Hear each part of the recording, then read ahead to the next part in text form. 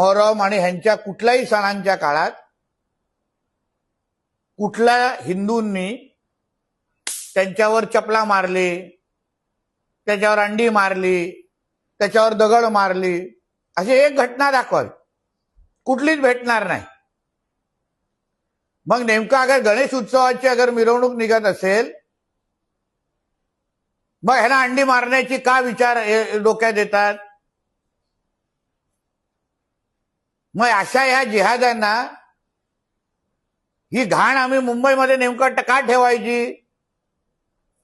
तुम्हाला आमच्याच देशामध्ये राहून आमचेच अगर हिंदू सण अगर तुम्हाला साजरा सहन होत नसतील, ज्या देशामध्ये 90% हिंदू राहतात त्या हिंदू राष्ट्रामध्ये राहूनच तुम्ही हिंदू सणांवर, आमच्या गणेश उत्सवाच्या मिरवणुकींवर तुम्ही दगडा मारत असतील, अंडी मारत असाल,